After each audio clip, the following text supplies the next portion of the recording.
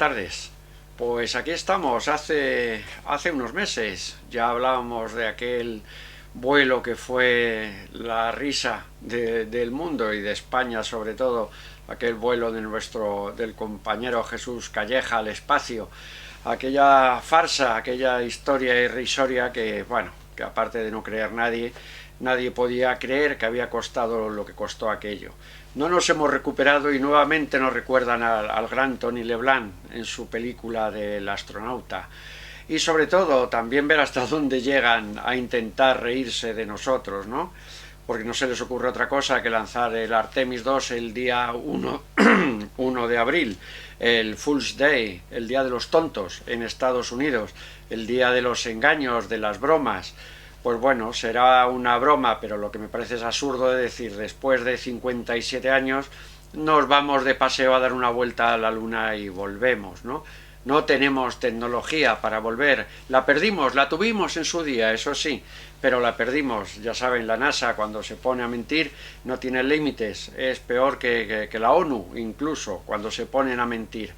Y esto es lo que está ocurriendo, pues nuevamente nos hacen creer que comulgamos con ruedas de molino, o quizás lo que quieren es ver hasta dónde somos realmente esos esos tontos que ellos creen, ¿no? Que ellos creen que pueden dominar, hasta dónde nos podemos creer las cosas.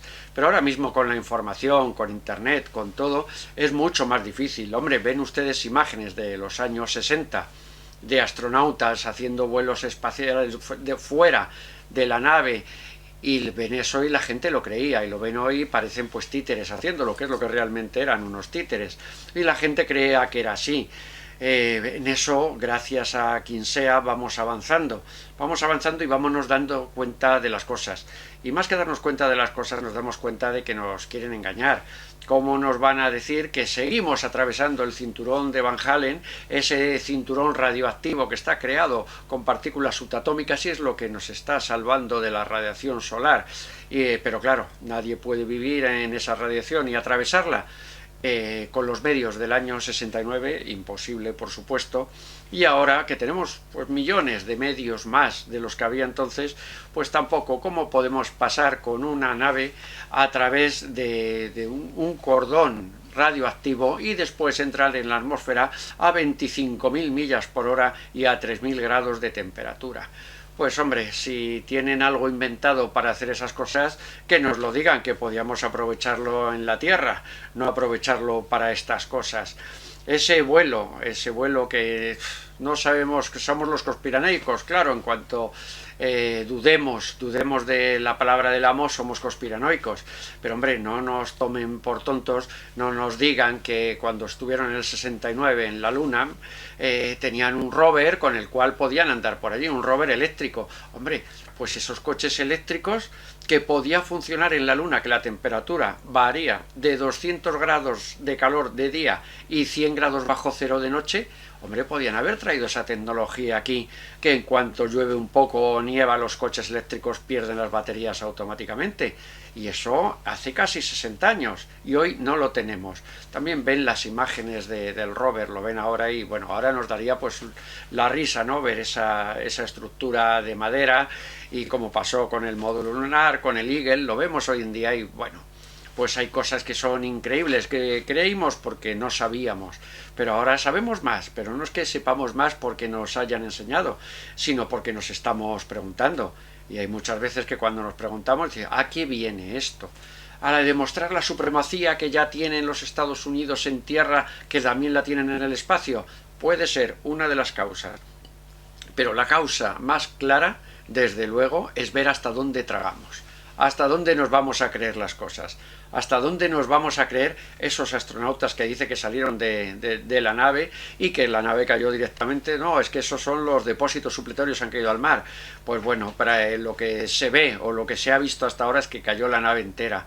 Y aquí seguimos creyéndonoslo todo, viendo cómo interactúan en el espacio y sin gravedad los astronautas, que tienen que convivir 10 días en 9 metros cuadrados. No sé cómo se pueden arreglar con eso. Son profesionales, por supuesto, profesionales que no cobran más sueldo que un buen militar, $100.000 al año, no cobran más. y por callar. No tenemos más que remitirnos. Yo siempre lo he pensado mucho, he pensado que Neil Armstrong fue un tipo muy especial, no porque estuviera en la luna, que eso ahí lo dejamos, cada uno que piense lo que quiera, pero en aquella rueda de prensa, cuando llegan los tres, Armstrong, Aldrin y Collins, están sentados, que parece, bueno, las caras que tenían los tres en la rueda de prensa no es de los hombres más poderosos del mundo que habían conseguido pisar la luna, no, era que parecía que habían matado a Kennedy. La cara de los tres compungidos, los tres súper serios. Armstrong en su breve discurso solo dijo que se había cumplido todo lo que había que hacer y se había hecho, pues sí señor, había hecho el trabajo. Les recomiendo una película, Capricornio 1, es una película antigua de los años 70, pero ahí es en la primera misión a Marte, cuando se da cuenta la NASA de que no pueden sobrevivir a un viaje a Marte. Entonces lanzan el cohete, sacan a los astronautas y luego pues graban en estudios. Y esa película, bueno, ha estado un poco oculta, pero es una película que al fin y al cabo es una película que hay que ver. Es una película que nos demuestra muchas cosas. Y como siempre, ya saben, Hollywood no da puntada sin hilo. Cuando te dicen algo, pero no para todo el mundo, te lo dan para los pensadores o para la gente que quiere ver algo más aparte de ese pequeño film. Pues bueno, así es donde hemos llegado y donde nos dicen que vamos a llegar. Dicen que en 2030 estaremos en Marte. Espero que no estemos viendo un Capricornio 2, una película de ese tipo, porque bueno, después de esto son capaces de todo. Ahora tenemos que ir a dar vueltas al satélite. No somos capaces de alunizar. Antes sí. Y luego hemos perdido todas las películas, hemos perdido toda la información. Esos dosieres de ingeniería no se enseñan absolutamente a nadie de cómo se llegó a la Luna. Claro, será para que no se ría el ingeniero de turno que tenga que ver eso. Pero bueno, también han estado los chinos en la Luna, enviaron un módulo. ¿Han visto ustedes alguna imagen? ¿Han visto algo de lo que han hecho los chinos en 2013 cuando estuvieron en la Luna? No hemos visto nada. Aquella carrera espacial de los Apolo hubo que cortarla, pues primero por todos los accidentes que había, por los costos y porque se vio que todo el mundo tenía que asumir que era imposible realizarlo con aquellos conocimientos y menos realizarlo en las condiciones de que no fallaba nada. Las primeras misiones lunares iban perfectos, sin probar, no había nada, pero todo funcionaba a la perfección.